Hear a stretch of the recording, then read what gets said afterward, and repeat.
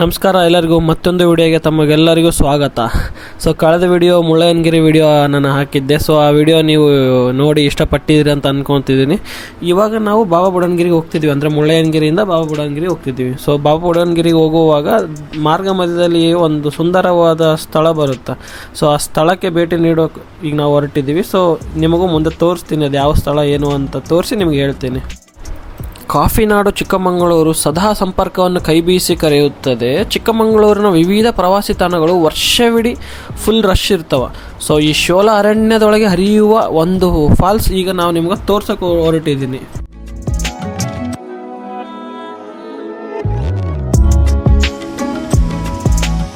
ಈ ಕಾಫಿ ನಾಡಿನ ಗಿರಿಶಿಖರಗಳ ದಾರಿ ಹಿಡಿದಾಗ ನಮ್ಮಂಥ ಪ್ರವಾಸಿಗರಿಗೆ ಎದುರಾಗುವುದೇ ಈ ಸುಂದರವಾದಂತಹ ಹೊನ್ನಮ್ಮನಹಳ್ಳ ಜಲಪಾತ.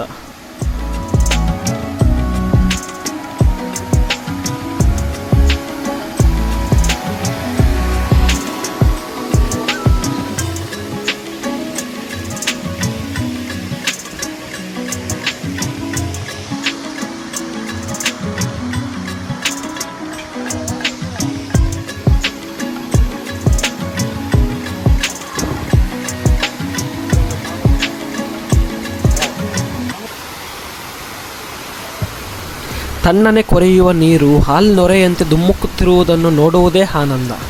ಶೋಲಾ ಅರಣ್ಯದೊಳಗೆ ವರ್ಷದ 365 ದಿನವೂ ಹರಿಯುವ ಈ ಹಳ್ಳ ಚಿಕ್ಕಮಗಳೂರಿನಿಂದ ದತ್ತಪೀಠ ಅಂದರೆ ಬಾಬಾ ಬುಡನ್ಗಿರಿಗೆ ತೆರಳುವ ಮಾರ್ಗ ಮಧ್ಯೆ ಸಿಗುತ್ತದೆ. ಮುಳ್ಳಯ್ಯನಗಿರಿ, ಸೀತಾಳಯ್ಯನಗಿರಿ, ದತ್ತಪೀಠ, ಕೆಮ್ಮಣ್ಣಗುಂಡಿಗೆ ಭೇಟಿ ನೀಡುವ ಪ್ರತಿಯೊಬ್ಬರೂ ಈ ಹೊನ್ನಮ್ಮನಹಳ್ಳ ಜಲಪಾತಕ್ಕೆ ಭೇಟಿ ನೀಡದೆ ಮುಂದೆ ಹೋಗುವುದೇ ಇಲ್ಲ.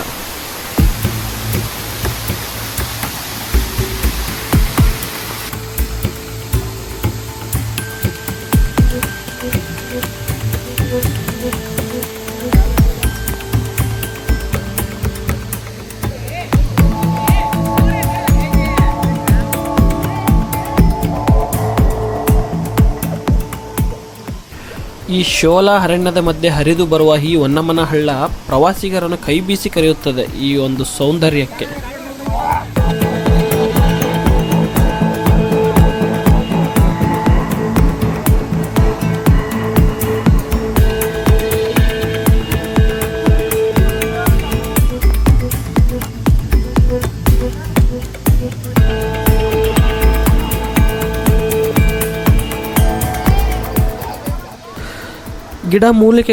ಗಿಡ ಮರಗಳ ನಡುವೆ ಹರಿದು ಬರುವ ಈ ಹೊನ್ನಮ್ಮನಹಳ್ಳ ಜಲಪಾತದ ನೀರು ಸಾಕಷ್ಟು ಶುಚಿ. ಈ ಗಿಡಮೂಲಿಕೆಯ ಸತ್ವವುಳ್ಳ ಈ ನೀರು ಅದೆಷ್ಟೋ ಸಮಸ್ಯೆಗಳಿಗೆ ಪರಿಹಾರ ಅಂತಾರೆ ಇಲ್ಲಿಗೆ ಬರುವ ಪ್ರವಾಸಿಗರು.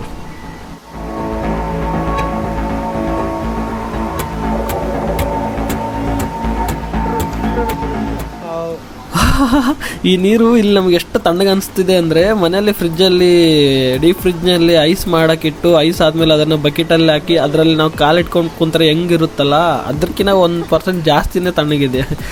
ವಾ,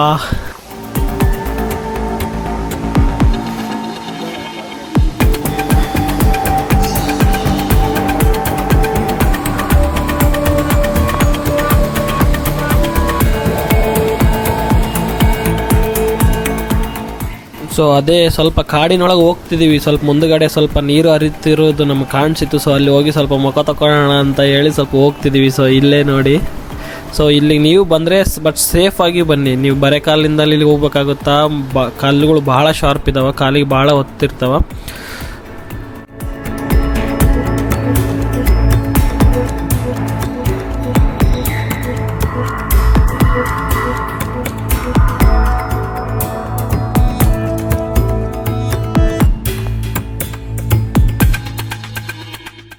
ಈ ಹೊನ್ನಮ್ಮನಹಳ್ಳ ಜಲಪಾತದಿಂದ ಹರಿಯುವ ನೀರು ಮುಂದೆ ಹೋಗಿ ಇದೇ ನೀರು ಮುಂದೆ ಹೋಗಿ ಜರಿ ಜಲಪಾತ ಆಗ್ತದೆ. ಈಗ ನೆಕ್ಸ್ಟ್ ವಿಡಿಯೋನಾಗ ನಾನು ಅದನ್ನು ತೋರಿಸ್ತೀನಿ, ಜರಿ ಜಲಪಾತ. ಅದಂತರೂ ನೋಡೋಕೆ ಸ್ವರ್ಗ.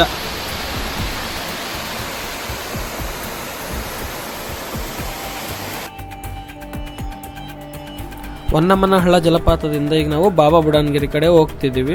ಈಗ ನೀವು ನೋಡ್ತಿದ್ರಲ್ಲ ವಿಡಿಯೋನಲ್ಲಿ, ಅದು ಜಡ್ ಪಾಯಿಂಟ್. ಬಾಬಾ ಬುಡನ್ಗಿರಿಯಲ್ಲಿರುವಂಥ ಒಂದು ಜಡ್ ಪಾಯಿಂಟ್, ಅಂದರೆ ವ್ಯೂ ಪಾಯಿಂಟ್ ಥರ ಅದು.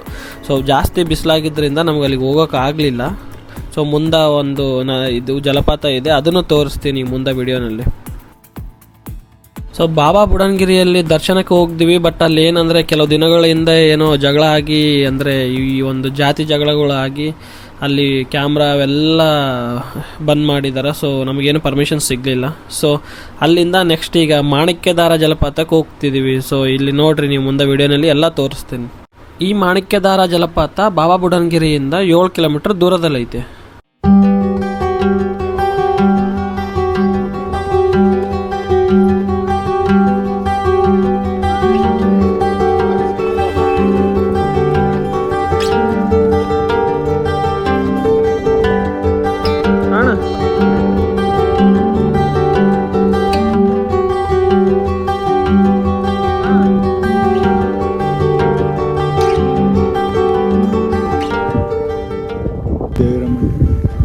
ಇದು ದೇವಿರಮ್ಮ ಟೆಂಪಲ್.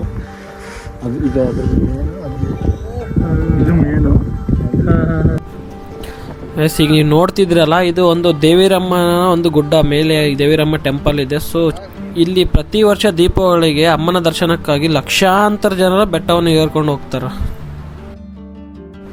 ಬನ್ನಿ ಈಗ ಮಾಣಿಕ್ಯದಾರ ಜಲಪಾತದ ಕಡೆ ಹೋಗೋಣ. ಈ ಜಲಪಾತವನ್ನು ಮಾಣಿಕ್ಯದಾರ ಜಲಪಾತ ಎಂದು ಕರೆಯುತ್ತಾರೆ, ಅಂದರೆ ಮುತ್ತಿನಂತೆ ಸೌಮ್ಯ, ಏಕೆಂದರೆ ಇಲ್ಲಿನ ನೀರು ಮುತ್ತಿನಂತೆ ಮೆಲ್ಲನೆ ಬೀಳುತ್ತದೆ. ದಂತಕಥೆಯ ಪ್ರಕಾರ ಜಲಪಾತಕ್ಕೆ ಮಾಣಿಕ್ಯದಾರ ಎಂಬ ಹೆಸರು ಮಾಣಿಕ್ಯಾಡ ದಾರ ಎಂಬ ಸಂತನ ಹೆಸರಿನಿಂದ ಬಂದಿದೆ.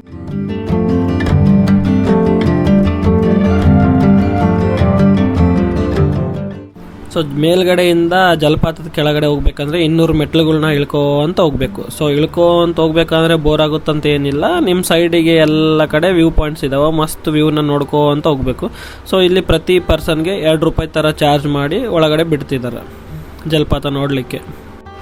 ಈಗ ನಾನು ತೋರ್ಸಕ್ಕೆ ಹೋಗ್ತಿದ್ದೀನಲ್ಲ, ಈ ಜಲಪಾತದ ಬಗ್ಗೆ ಒಂದು ಕುತೂಹಲಕಾರಿ ಸಂಗತಿ ಏನೆಂದರೆ, ಈ ಮಾಣಿಕ್ಯದಾರ ಜಲಪಾತ ಇಲ್ಲಿಯವರೆಗೆ ಬತ್ತಿ ಹೋಗಿಲ್ಲ.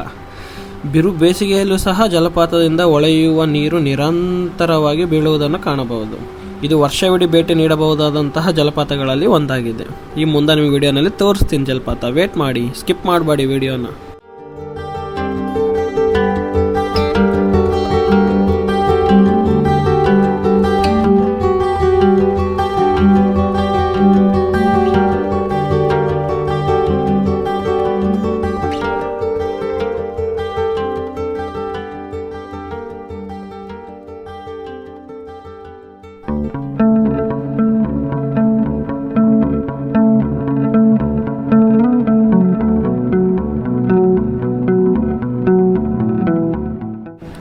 ಇಲ್ಲಿಯ ಒಂದು ದಂತಕಥೆಯ ಪ್ರಕಾರ ಸಂತ ಬಾಬಾ ಬುಡನ್ ಮತ್ತು ಅವರ 4 ಶಿಷ್ಯರೊಂದಿಗೆ ನೀರು ಹುಡುಕಿಕೊಂಡು ಈ ಸ್ಥಳಕ್ಕೆ ಬರ್ತಾರೆ. ಸೊ ಅವರು ಪ್ರಾರ್ಥನೆಯನ್ನು ಮಾಡ್ತಾರೆ. ಪ್ರಾರ್ಥನೆ ಮಾಡಿದ ನಂತರ ಈ ಜಲಪಾತದ ರೂಪದಲ್ಲಿ ಪರ್ವತಗಳಿಂದ ನೀರು ಹರಿದು ಬಂದು, ಸೊ ಆ ನೀರನ್ನು ಅವರು ನೋಡಿಕೊಂಡು ಅದರಿಂದ ಸ್ನಾನ ಮಾಡಿ ಅವರ ನೀರಿನ ದಾಹವನ್ನು ಇಂಗಿಸಿ, ಸೊ ಆ ನೀರಿನಿಂದ ಅವರು ಆಶೀರ್ವದಿಸಲ್ಪಟ್ಟರು ಎನ್ನಲಾಗಿದೆ. ಈ ಜಲಪಾತವು ಅದ್ಭುತ ಶಕ್ತಿಯನ್ನು ಹೊಂದಿದೆ ಎನ್ನುವುದು ಇಲ್ಲಿನ ಸ್ಥಳೀಯರ ನಂಬಿಕೆ. ಇದು ಬರೀ ಜಲಪಾತವಲ್ಲ, ಹಿಂದೂ ಹಾಗೂ ಮುಸ್ಲಿಮರ ಧಾರ್ಮಿಕ ಸ್ಥಾನವೂ ಆಗಿದೆ. ನೀವು ಇಲ್ಲಿ ಜಲಪಾತದ ನೀರಿನಲ್ಲಿ ಸ್ನಾನನೂ ಮಾಡಬಹುದು, ಹಾಗೆ ಬೇಡಿಕೆಯನ್ನು ಕೋರಬಹುದು. ಬಟ್ ಮನಸ್ಸಿಗೆ ಬಂದಂಗೆ ಜಲಪಾತವನ್ನು ಹೊಲ್ಸ್ ಮಾಡಬೇಡ್ರಿ, ಅಷ್ಟೇ ನಮ್ಮ ಕೋರಿಕೆ. ನೀವೇನಾದ್ರೂ ಮಾಡ್ಕೊರಿ. ಸೊ ನಾನು ಹೇಳಿದಾಗ ಈ ಜಲಪಾತ ಒಂದು ದಿನನೂ ಬತ್ತಿ ಹೋಗಿಲ್ಲ ಅಂತಂದೆಲ್ಲ. ನಾವು ಬೇಸಿಗೆಯಲ್ಲಿ ಬಂದಿದ್ದು. ಸೊ ಬೇಸಿಗೆಯಲ್ಲಿ ನೋಡ್ರಿ, ನೀರು ಹಿಂದ್ಗಡೆ ಕಾಣ್ತಿದೆಯಲ್ಲ, ಅಷ್ಟೇ ಸಣ್ಣಾಗಿ ಬರುತ್ತೆ. ಸೊ ನೀವು ಮಳೆಗಾಲ ಚಳಿಗಾಲದಲ್ಲಿ ಬಂದರೆ ಅದು ದುಮ್ಮಕ್ಕೆ ಹರಿತಿರುತ್ತೆ.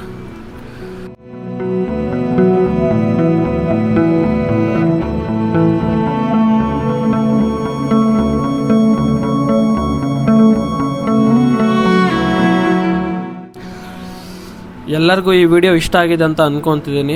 ಸೊ ಇಷ್ಟ ಆಗಿದ್ರೆ ಲೈಕ್, ಶೇರ್ ಆ್ಯಂಡ್ ಸಬ್ಸ್ಕ್ರೈಬ್ ಮಾಡಿರಿ. ನೀವು ಮಾಡಿಸ್ರಿ, ನಿಮ್ಮವರಿಂದನೂ ಮಾಡಿಸ್ರಿ. ಸೊ ಈ ವಿಡಿಯೋನ ನಾನು ಇಲ್ಲಿಗೆ ಎಂಡ್ ಮಾಡ್ತಿದ್ದೀನಿ. ಸೊ ಮುಂದಿನ ವಿಡಿಯೋನಲ್ಲಿ ಮತ್ತೆ ಸಿಗೋಣ. Thank you.